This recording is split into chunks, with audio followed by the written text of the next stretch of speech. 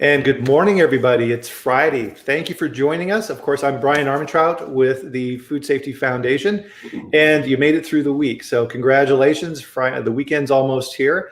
And today I am joined with Bill Marler. If you work in the food industry, you know Bill's name. And so I'm super excited to have Bill here today with Marler Clark. So good morning, Bill. How you doing?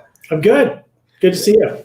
Yeah, absolutely. So one of the things that's really cool about the Food Safety Chat, Bill, is that this is not a presentation. This is a discussion around food safety and bringing in experts such as your health to have a conversation. So instead of a PowerPoint webinar where you kind of go through slides and all these type of things, this is meant to be interactive. And so in the chat here, what we do, and we'll monitor this, and everybody please get your questions to us around food safety. This is a golden opportunity to ask Bill some of the things that you would like to know around food safety.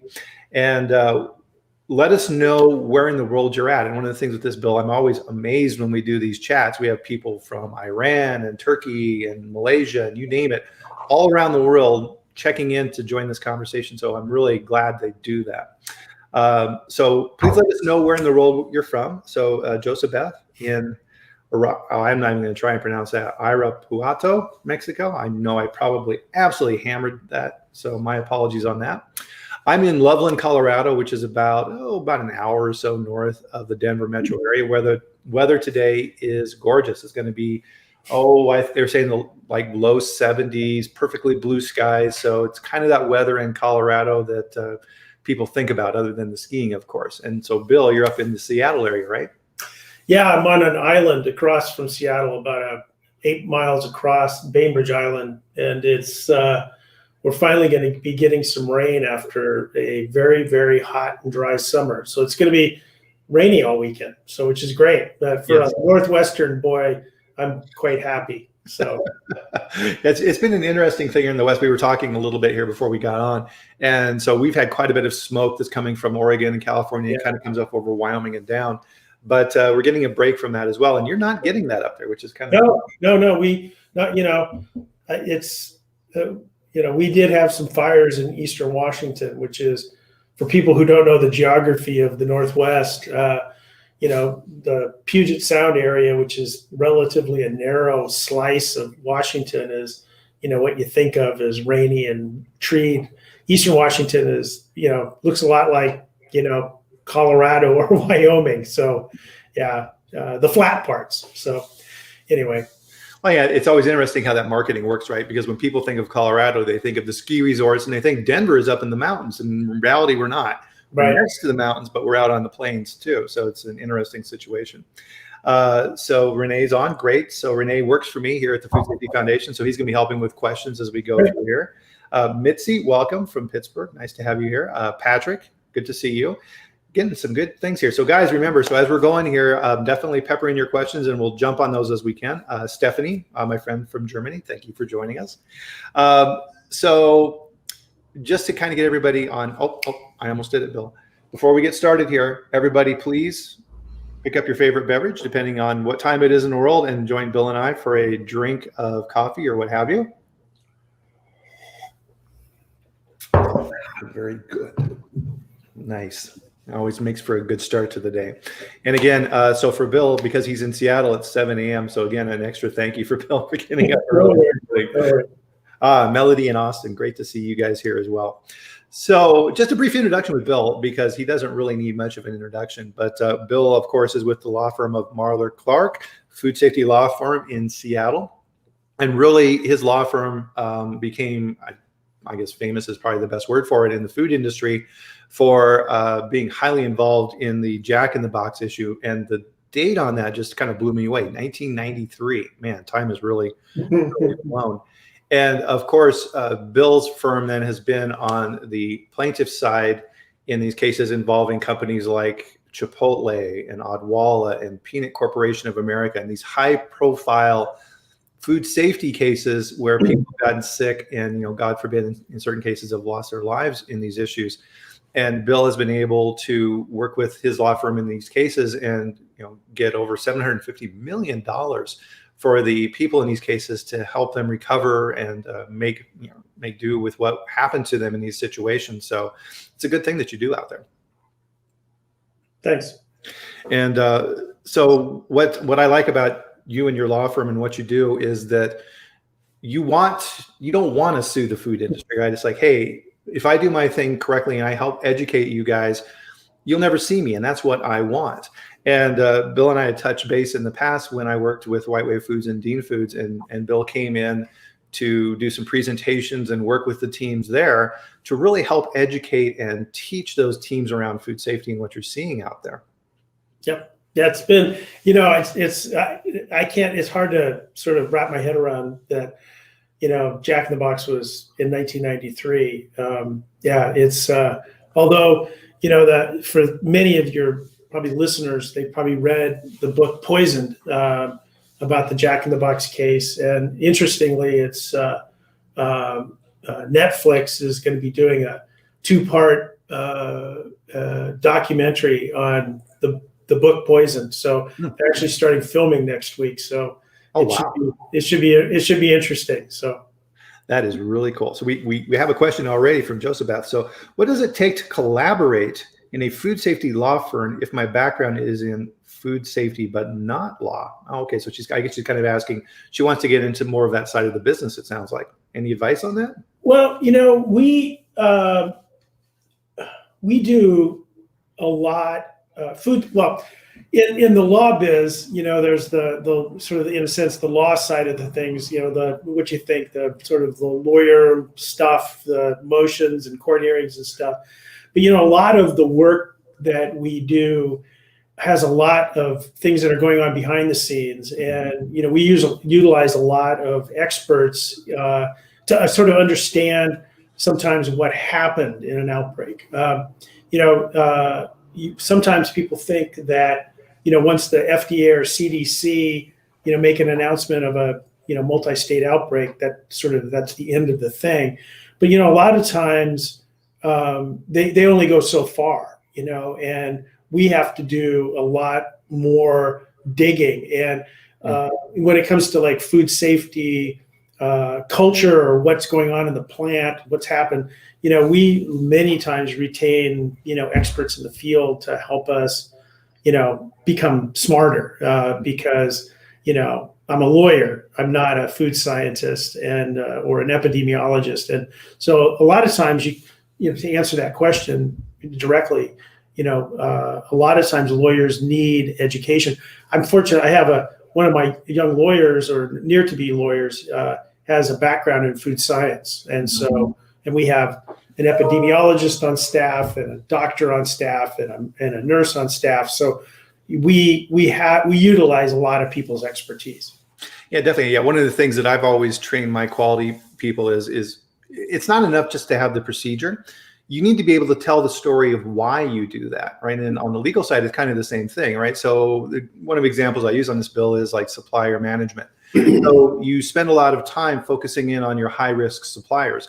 You're going to want more information, more documentation from the ready-to-eat product versus, let's say, you're buying salt. And you need to be able, if FDA shows up in your plant for an inspection, to explain that to them and how they segregate that, because they do the same thing, right? When they look at how they're going to go out and visit facilities during a particular quarter, they're looking at the high risk guys first, and that's how it should be. Yep.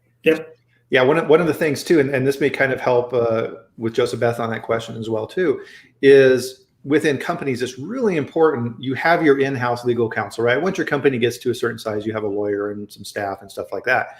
Now, in most cases, those guys are focused in on mergers and acquisitions and HR and all of those type of things, contract with purchasing, and they're not necessarily food safety lawyers. And people may not know this, but there are law firms out there with lawyers who specialize in food safety.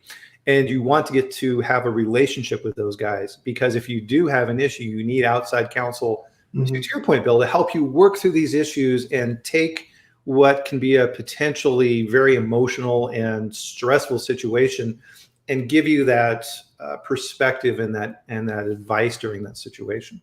Right. And I think you raise a great point about, outside lawyers on the defense side. There aren't that many. I mean, there really is just our firm that, does this full time, on the plaintiff side. There's a few others that, have a case here or there, but for the most part, it's us. On the defense side, there's also just not that many law firms that specialize this. A firm in Portland, a firm in Atlanta sort of wind up doing the bulk of the defense, but also have people in their firms that do consulting to kind of help people avoid problems both in food safety and in compliance with, FDA or USDA rules. Right. So, and it kind of gets to that point of what we were kind of talking about as we're prepping for this, right? Is when these lawsuits happen, that's the end result of what that company is doing. Right. It's kind of like or not doing. Yeah. Oh, yeah. Exactly. It's and the clearest analogy I use in these type of situations is OSHA, right? And safety in a plant. And if you have what they call near misses on the safety side of things, let's say a forklift is screaming around a corner and almost hits somebody, you just can't look at that and go, oh, wow, okay, right, and not think about it anymore. That's a warning shot, right? That's saying that there's something wrong going on there, that if you don't pay attention to it, things are going to get worse. They're not going to get better. Right. And that kind of, I think, translates into our next topic around food safety culture. So let's see. So Luis, good morning, had a comment here. How real is today that someone negligent about food safety and FSMA compliance can be prosecuted? The fear is a tremendous motivator, but commitment's not strong. But if law enforcement is not reaching everybody, well, compliance seems to be so far. Yeah. Yeah, I mean, setting aside the civil side of things, where I play, in compensating victims for, their illness and their damages, the Federal Food, Drug, and Cosmetic Act does have criminal provisions to it, both a felony for intentional acts, the Peanut Corporation of America being one, and then unintentional acts have a misdemeanor portion of it. And that's where you've seen some fairly significant fines, Chipotle, Bluebell ice cream, although there's a felony component to that dealing with the CEO and others where, there have been significant fines. And really it comes down to sort of the differential between felony as an intentional act, misdemeanor as an unintentional act. So to your questioner's point, you can be doing everything correctly and ship contaminated product across state lines and find yourself, in the crosshairs of the Office of Criminal Investigation from the FDA. Doesn't happen often. Usually it's some higher profile situation or like lots of deaths, like in the, Cantaloupe, Rocky Ford, outbreak. So yeah, it's certainly something that I think CEOs have to pay attention to. Food safety directors need to pay attention to. It's out there, not very often enforced, but certainly can be. Yeah, definitely. And yeah, what people kind of don't realize on those sides too, to your point, the former CEO of Bluebell is being prosecuted personally for his activities in this. And the interesting piece of that is some of his emails and the communication he used within that system. And it's one of the things I like to teach within my systems as well too, is, hey guys, if something does happen and your information is subpoenaed and these type of things, that includes your emails, right? So you need to make sure you're communicating correctly. Right. And in this situation, in the heat of the moment, he's wrote some things that he shouldn't have written. Yep. Yeah. No, we could spend a couple hours. I could tell you how many fascinating emails that I've read over the years, or attachments to emails. So, I can only, and that's why it's really interesting on the company side of things, Bill, how important it is to practice these activities. And what food companies often think is, I do mock recalls and I'm fine. And I'm like, no. That's one little piece of what you need to do to manage the process. And really, it kind of breaks down into two main areas of crisis management, right? So a complaint comes in and a consumer says, hey, I ate your product and I think it made me sick, right? That needs to trigger a mechanism in your company where that gets elevated right away. And there's a system in place that says, okay, we've got this potential serious issue. Let's get together the team and investigate this and figure out what we've got. And then it's like, yes, we do have a problem, or no, I don't think we have a problem, and document that. And if you say, yes, we have a problem, now you're triggering, you need to get into the RFR, the reportable food registry, and let FDA know what's going on. And once you decide, yeah, it looks like we've got a potential class 1 serious food safety issue here, the horse is out of the barn at that point, and you need to manage that. And things are coming at you at an incredible rate, and you need to figure these things out. One of the key things I found from issues that I managed in my career in the past is everybody wants information immediately. And so you're the recall coordinator, and FDA wants information, and the plant wants information, and the CEO wants a feedback immediately, and you name it, right? And you spend all your time trying to keep everybody up to date, and you can't investigate and figure out what's going on and where all the product shipped and destroying it. So practicing and setting these things up is critical, and involving everybody, because if you don't let everybody know what's going on in the company, people are going to come to their own conclusions, and people are going to take their own actions. Lesson I learned very well was the sales team. So the sales team, generally crisis management type activities involve like QA, ops, legal, communications, those type of guys, right? I need you to do the event and these type of things, and they leave out those other key points. If the salespeople don't know what's going on, they're talking directly with the customer, right? So the retailer is going to call up the sales guy and say, hey, what the heck's going on, right? And if the sales guy doesn't know, he may make something up. Who knows, right? So you need to make sure that you're involving everybody in those trainings. Mm-hmm. Yeah. And, one of the things, many years ago, maybe 15 or so years ago, there was a food safety conference that was put on by, I think it was the Grocery Manufacturers Association in California. And it was a conference for defense lawyers that do defend cases. And somebody sent me the link. So as a joke, I logged on and put my credit card information in and signed up to go, knowing that I'd probably get rejected. But apparently there's a rule in California that lawyers can't discriminate against other lawyers, and you can't have an exclusive thing. And so they called me and they said, well, we'd prefer that you not come, but we can't exclude you. So would you like to be our keynote speaker? I said, sure. So anyway, I went down. It was a very beautiful golf and country club. And but one of the things I did after giving this keynote is I stuck around and listened to what they were talking about. Mm-hmm. And really, what was interesting, and this gets to your very first point about customers calling in and saying, "Hey, I got sick." They spent almost the entire first day talking about fraudulent claims. And how to deal, with the, and that was, sort of the underpinning of it was they were so focused on fraudulent claims, people who think that, oh, I ate here and an hour later I got sick and got salmonella, which is clearly not the case. And because of incubation periods and whatnot. And I was thinking to myself, it's like, if companies spend all their time chasing claims that are, fraudulent or unsubstantiated, or people with lack of understanding of science, and they think sort of everything looks like that.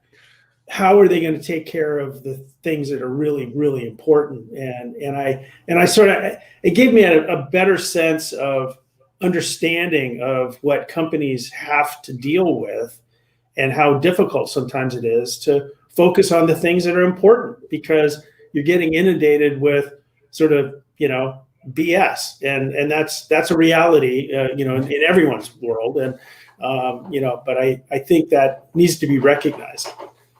Yeah. And that's an interesting point. And really, I think fraud is a very small part. There's always going to be criminals and people trying to pull scams in society. And in larger food companies, we actually had access to databases through consumer affairs and things of this nature of known offenders, right? So if somebody's trying to scam your company, they probably tried to scam other companies too. So you can put mechanisms in place to address that pretty easily, and that should be a very minor topic. Yeah. So we got a couple of questions here, Bill. Let's see. So Michael Hicks here asks, what role does technology play in demonstrating active management control in recall situations? Interesting. So it can play a part, right? So the way I would answer this question would be this, and we'll see what you think, is that if you have automated traceability systems and things like this, great. Those are going to help a ton. But it's still people who are making this decision, right? You have all this data coming in, and you need to be able to filter to it and figure out what's the important information, and then how do you make decisions on that? Because one of the key points in these type of processes is, yeah, you need to get this information in fast, but the bottom line, Bill, is that it's never 100%. At any point in time, you're going to have to make a call based upon what you know then. And a week down the road, you may look back in retrospect at that decision and say, oh, why did I do that? But that's invalid, right? You only knew what you knew at that point in time. Right. And you have to act accordingly. You don't want to beat yourself up over that. So hopefully there's tons of technology, and sometimes I think it's sort of, mind numbing. But, to your point, I have also, gotten a much better appreciation of how difficult like the FDA's job is in tracing back issues, especially in, fresh fruits and vegetables, leafy greens. I have countless cases where, of course we have subpoena power, and we have, the ability to put people under oath and get stuff. But, it's amazing to me how, when you're a middleman, a food, company getting product in from, boxes of product in from other people, and, you run short. And so you call your buddy who's a friend and and you get another series boxes of, romaine lettuce, and then it gets into the system and goes out. And then if something goes sideways, you're trying to do a traceability back to figure out who sent you the contaminated product. And you don't have good information, or, because of these spot buys and lack of paperwork, all of which would have been, the technology exists to follow those things and do a better job. People just, they're supposed to be able to do that under FSMA, but, in reality, it's amazing how I keep finding that technology, although it exists, isn't being used the way it should be. Oh, absolutely. Yeah. I think, we're seeing a lot of FDA's concern around that, so with Frank Giannis at FDA now, of course, he went through the mango problem they had at his previous employer. And I think that kind of, stuck with him and said, man, this doesn't work. Right. And so now we've got the guidance around enhanced traceability, and FDA has essentially done meta hazard analysis and said, okay, here are the things that we're most worried about. So, these particular elements of fresh produce or soft cheese or what have you on that list. And to your point, we need to be able to quickly go from that retail side back to that manufacturer. And yeah, sure, we understand that there's all these little things in between that happen, but that doesn't really matter. We need to know where it came from and how much was made, and how we're going to get this out of the marketplace. Right. My guess is long term that this enhanced traceability list of these high risk items is kind of the beginning, and then this will expand out as that becomes modeled into other products as well. Yeah. So let's see, we had a question here from Joseph Beth for you. What would be the one recommendation you would make to a CEO to embrace top management food safety culture and avoid liability? Ooh, good question. Pay attention to, in a large company, obviously paying attention to your food safety people is, and making them part of your, sort of inner circle, your team, because, obviously you have to sell your product. And so marketing and all that is important. But, if you're wanting to protect your brand, having food safety people in the room when you're making decisions, I harken back to my friend who passed away, Dave Thino, and Dave, when he took over food safety at Jack in the Box after the outbreak, he was part of all the decisions that were being made about all kinds of things that touched on food safety. And so I think my recommendation would be have the food safety person at the table Smaller companies, I mean, obviously, smaller operations, mom and pop operations, it's just paying attention to details, and thinking about food not as a commodity, but as something that actually goes in people's bodies. Yeah. It's not a widget. It's something that nourishes. And I think that sometimes companies in the rush to sell stuff forget that. And I think that's kind of really important. No, I agree. Yeah, one of the things that I used to teach to my frontline workers in plants and things like this when I had the opportunity is, hey guys, you don't see me a whole lot in these plants, but I want you to know this. You have to be so confident in our product that you can pluck anything off that line, take it home that night, and feed it to your grandchildren without a second thought, because it was made correctly. And if you can do that, we're going to be good. If not, I need to know. And I need to know right away. Yeah. Yeah. And on the CEO side of things too, I think what we need to remember in our quality field and what we're doing and what we talk about here is that a lot of times CEOs aren't exposed to that. They come from finance or accounting or sales or things. They're not in plants and they don't understand the day-to-day things. Right. They're there to run the company, and they're always thinking at that 30,000 foot level. It's like, okay, how do I get the stock price to this point? How do I reduce debt? I'm thinking about this acquisition. Is that going to be a good fit for the company? These things aren't entering into their minds because they expect things to run the way they're supposed to run. And a lot of times, and this goes back to the Park Doctrine and all of these type of things, is CEOs in the past, and they can't do this anymore, as you well know, is that's operations and quality, and those guys, that's their job to control that. No. You cannot delegate that. Right. So I'm sorry, go ahead. No, say true enough. So let's see. Corey has a question here. There are risks on the farm, but why is the focus so much on the farm? There are many steps within the supply chain that are likely sources of mishandling that could be the root cause of some unknown events. The ones where investigators go out and sample the fields and get 0 hits. Why aren't we looking at retail? I mean, I sort of disagree that the focus is on the farm per se. I think many of foodborne illness outbreaks, you're trying to find how the contamination event occurred. And sometimes, because these pathogens are fecal and, is that, they tend to, focus on where that fecal event likely occurred. And, in certain things, it's cross-contamination in a manufacturing environment, or it's a ingredient, whether it be, flour that, is, contaminated with a pathogen, or a spice from some country. I think the main thing is not that I think they're overly, anyone's overly focused on a particular, part of the system. It's like people are trying to find, what the root cause of the problem is and sort of deal with it. And I think in many respects, it's like with leafy greens and fresh fruits and vegetables, because they're grown in outdoor environments, it's understandable that, the focus is on, the environment and how did that product become contaminated. Doesn't mean that it didn't get exacerbated in the manufacturing or processing, where you had, a small contamination event that blew up in a manufacturing facility. That certainly happens and has happened. So, I kind of disagree that there's an over focus on the farm, but I think in some respects, under certain products, it's understandable. Yeah, no, good answer. I agree.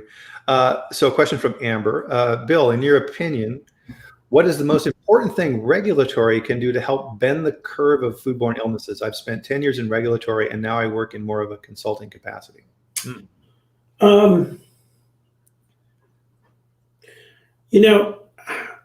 I sort of view, by the time, regulators come in after an outbreak, the horse is like long out of the barn. I do think that, there's been some successes with regulatory, and, we could talk about E. coli 0157 and the successes, there with respect to, getting E. coli 0157 out of hamburger over the last 25 years. And that's been a really regulatory success, but it's also one that, industry, had to buy into eventually, and consumers had to buy into as well. But I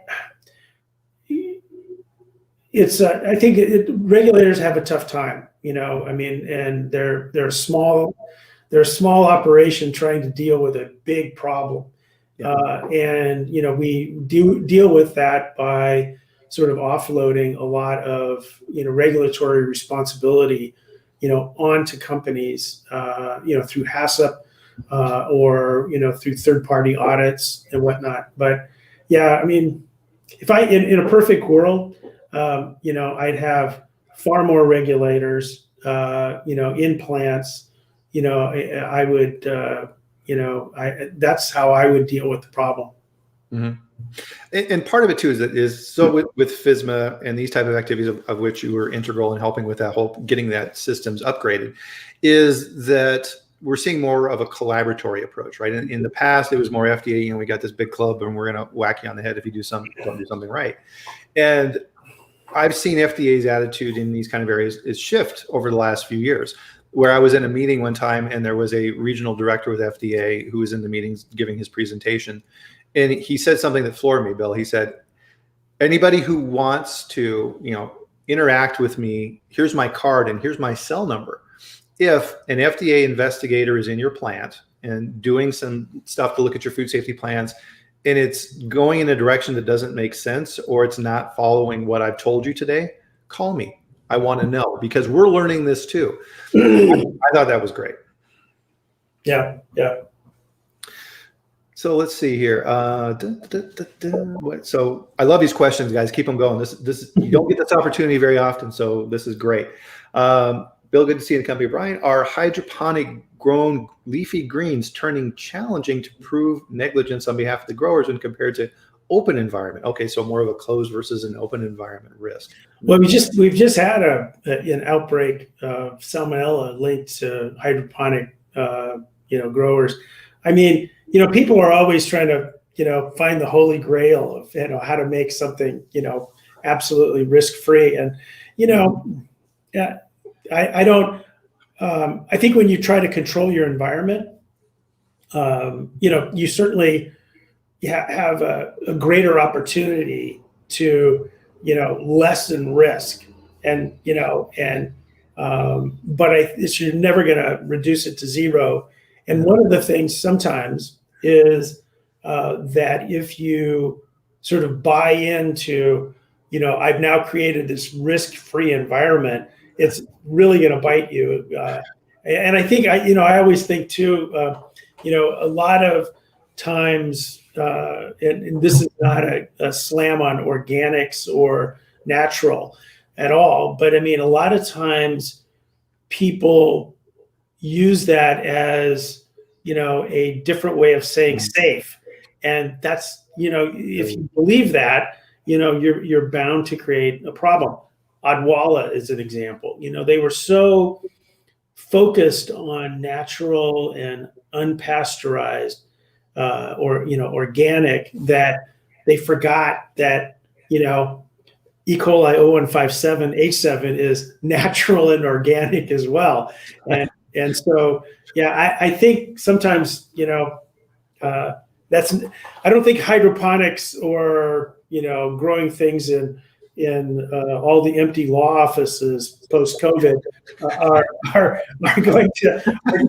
is necessarily going to, create, an environment where we have no foodborne illnesses.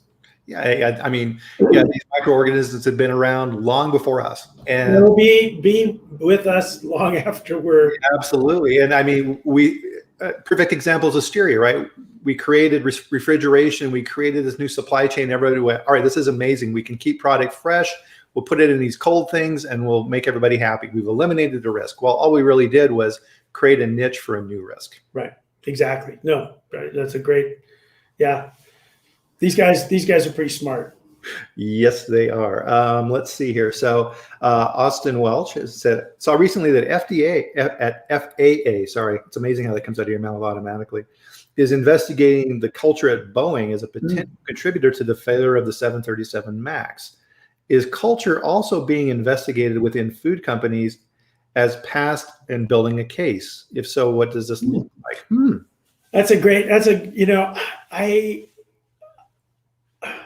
I don't think from, an FDA, USDA point of view that's a focus of them. That might be a question to ask, Frank Giannis or somebody at FSIS. But for us in the legal field, I don't know if we've really sort of focused on the lack of culture, a food safety culture. We certainly, are focused on people who, are skipping steps and, ignoring reality. I do tell, because I do a lot of presentations around the world, and, I have a set of slides about Jack in the Box and Odwalla. And one of the reasons I show those slides is that in my experience, with respect to culture, food safety culture, every outbreak that I've been involved in, there's always been an opportunity to have avoided the problem before it happened. Obviously, I get the benefit of hindsight, as inspectors do, investigators do as well. But really, there are things that you just look at and go, oh, goodness, how come you weren't paying attention to that? And to me, that's sort of the lack of a food safety culture. Do you have people paying attention to, those kinds of things? And do they have the ability, and is it comfortable for them to raise it with the CEO? My strong suspicion is with the FAA and their investigation of Boeing, they're probably looking at, how come, concerns that were being raised by people on the assembly line weren't filtering up to the CEO, who could look at this and go, wait a second, this software, this hardware, this is not working for us. We got to fix it before some negative thing happens. And I think that's pretty true, in all manufacturing situations and food safety. Yeah, definitely. And yeah, so there's kind of a warning signal I look at in companies when I'm doing my thing. And it's, if I get some variance of this, hey, hey, Bryan, yeah, that's all well and good, but we've never had a problem before. Right. Yeah. So they're saying past luck equals future success. And I'm like, wow, that's really dangerous. Yeah. And what happens at some point in time is those companies have a crisis, and then all of a sudden they all wake up and they go, oh my God, why did this? And you're like, to your point, it's like, yeah, I mean, the signals were there, right? It gets back to what we talked about at the beginning. The warning signs were there, and you guys chose to ignore them. Right. The best things, I use this example all the time on Odwalla. I mean, in about 9 months before the outbreak happened, that, took them down and, caused them to be criminally prosecuted, they tried to sell their juice to the U.S. Army. And the Army came in and, because armies, they're concerned about foodborne illness. They don't want their troops to be having diarrhea and whatnot. So they came in and they looked at the plant, and they, and they said, they wrote them and said, your juice is not fit for human consumption. It's not fit for military consumers. And you'd kind of think that if you got that note, you'd kind of go, well, gee, maybe I should do something different. And they didn't, and so, and it's sad because a little kid in Colorado died, and, a dozen kids got acute kidney failure because they weren't paying attention. Yeah, exactly. And I mean, it kind of gets to this food safety culture piece of things. And it starts, to your point, Bill, it starts on the floor. And one of the things that will actually absolutely kill a plant and company is kind of that hidden factory. So I kind of refer to it as this, right? So there's a process you want the guys to follow, but people are people and they want to find efficient ways to do things. So they may find a quote unquote better way to do something. And the supervisor will be talking to the person he's training and saying, okay, here's the work instruction on how they say they want it to do this. Now let me train you how we really do it, right? And if that happens and that permeates the organization, you've got serious problems. Right. At a higher level, one of the things I look for is who's looking at food safety, right? If I go to the procurement guys and say, how do you guys manage food safety for buying things? And they say, what are you talking about? We buy stuff. That's those QA guys. That's their job to worry about food safety. That's a big warning sign right there. Yeah, true enough. Let's see. So how are we doing on the questions here? I think we're doing really well. So Renee, if we missed any questions, please pop those back in on the feed. We're getting things are flying by and I don't want to miss anybody. Definitely, this bill, this kind of links in too with what we were talking about around the work that you've done with identifying adulterants in the product, right? So there was E. coli 0157 was listed as an adulterant, and now the work around salmonella in chicken. And so kind of your thoughts around that and the reactions you've gotten to those. Yeah, I mean, the great thing about being old now is that I've got sort of a historical perspective on things. And hopefully, my memory is still of good enough quality that I can remember actually what happened. But, in the Jack in the Box outbreak in 1993, was such a shock to the system for food safety in the meat industry for sure, but just generally and in the public mind, and it also was sort of, in many respects, the last gasp of broadcast news kind of, but also at the same time, the internet and cable news is all happening at the same time. So, it was a big explosion. And, to the Clinton administration's credit, they dealt with it by doing something that, the meat industry freaked out about, which is to say that, it's not the consumer's full responsibility to make your product safe. You have to take responsibility for making that product safe as well. And they said 0157H7 is an adulterant in hamburger. And of course, the industry, we can't do that. It's a natural occurring thing. And they fought and fought and fought. They lost those legal battles. And over the course of about a decade, the industry, to their credit, came up with methodologies and interventions that took, my practice, which was about 90% E. coli cases linked to hamburger, and reduced it to almost nothing. Yeah. I mean, we have, where we used to have almost everything we did in the firm was E. coli cases linked to hamburger. Now it's nearly nothing. And when those cases do happen, they're actually kind of shocking. And so, that has been an enormous success where I think industry felt that it was, unfair.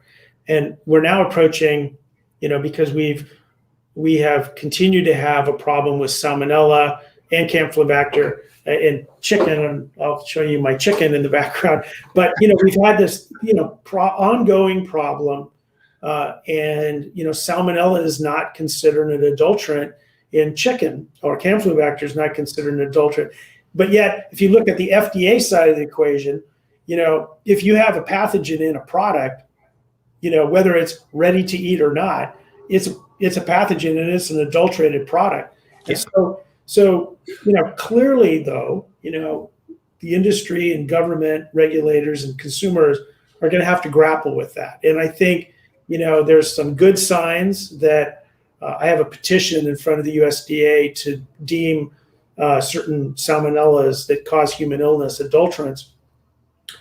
But, there's also some move by industry and consumer groups to, get ahead of that and try to maybe do something that is kind of an interim step, which, obviously I support doing whatever we can do to prevent, human illness.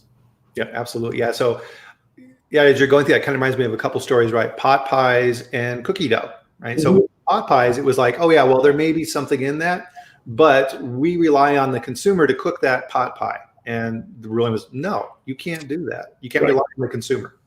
Yeah. Yeah. No, I mean, and then cookie dough, it's always been the worry of, the eggs is the problem. But, what we've learned repeatedly, and in fact, the CDC's, just closed the investigation, FDA closed the investigation of a cake mix E. coli outbreak that, at least recent history would lean that it's probably contaminated flour that's causing the problem, not something else. So, yeah. Supply chain, super important. So I think we can roll a couple legal ones together here from Jessica and Joe. So Joe is asking about, general legal matters in a firm versus specialists. Totally, specialists. If people, I got my email on here. If you want to fire me an email and you like some recommendations on really good food safety lawyers, happy to supply that. You need to build those relationships, and you need to build those relationships before you need them, not after. Jessica, I want to know about notes on internal document for communication. So I think on this piece, Jessica and Bill, chime in if you want on this too, right? If something happens, everything you write associated with those situations, emails, notes, everything is discoverable, right? And Bill will look at that information in helping to determine the case. And part of what I instituted as part of our crisis management systems in the companies I was at is we would designate a person to be a scribe and timestamp everything and note the conversations and who was involved and what was discussed and these type of things. So we had a record of this issue. Because one of the important things I think companies kind of skip on this too, Bill, is that after a crisis situation happens, the tendency is for people to go, oh man, I'm glad that's over. Let's get back to the normal workings.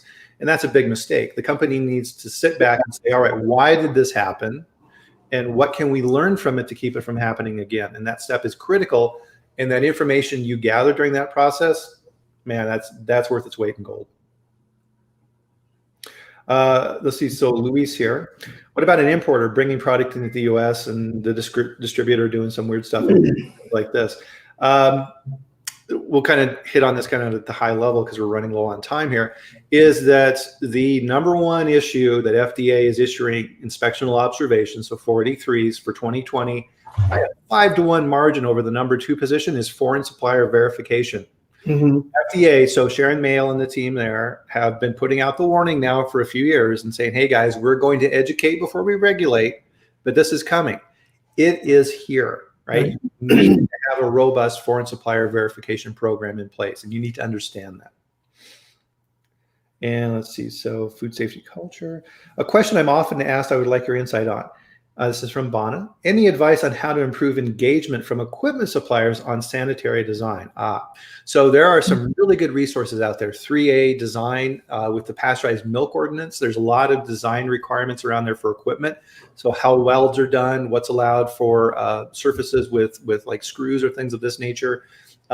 So those standards aren't necessarily employed for equipment design in Europe, for example. So if you're buying sanitary filler or things of this nature, you need to do those reviews, and you need to have really close involvement with your QA food safety teams and your engineering groups to make sure the equipment you're buying is going to meet those food safety requirements. Because a lot of times, and we'll be frank here, is they're looking at cost and they're looking at throughput. All right, how fast does this machine run? Is it going to fit in our processes? Yada, yada.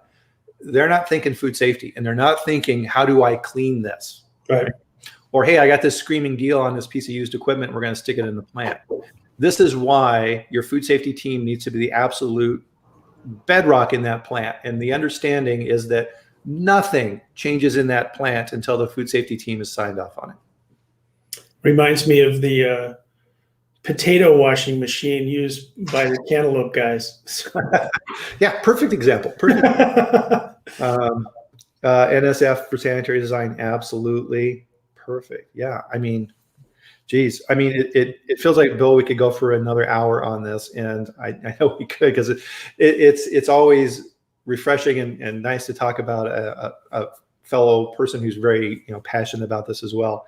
And I wanted to make sure that everybody's aware of this, that Bill sponsors through his law firm, the Food Safety News, which I read every day. If you want to know what's going on in food safety, subscribe to Food Safety News. It's an amazing resource.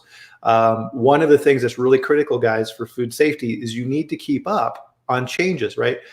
Things are changing all the time. So for example, if you haven't read it, FDA put out their new investigations operation manual for the field. This is what FDA follows when they're out there. And you need to read Chapter 4 on environmental monitoring, because FDA is now focusing on zones 1 and zones 2 when they come in to do their sampling programs. If you're caught up in a swabathon or something like this, you need to look at that. And Bill, I think that's a really good example of how industry has focused on drains and floors with the idea that, okay, if we keep these clean, or we look at these and things drain to that, that means that everything else is clean. No, it doesn't. Right. So you have to keep up on this stuff, and you have to keep current, because it's constantly changing. So, so at the 30,000 foot level, Bill, as we kind of bring this up, is there anything you wanted to kind of close on for our conversation, or? Well, thanks for, having this forum. And, at least from my LinkedIn, there were, a lot of people who are showing up from all over the world. And so, hello to everybody all over. I think, I look back on, over 28 years of doing this kind of work.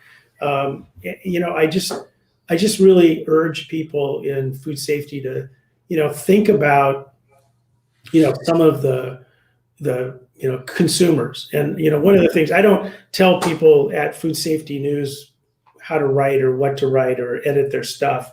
I pay them and they go do their thing.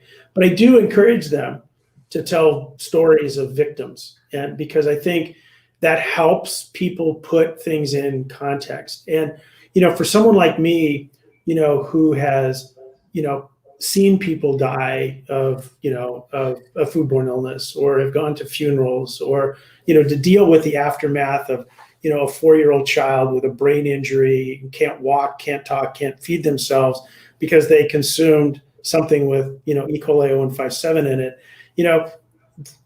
How important food safety work is, and just how, vital, people in food safety are to a company. And, I urge, people to be strong about that, and to, do their best to convince those people in positions of authority, CEOs and others, how important your job is.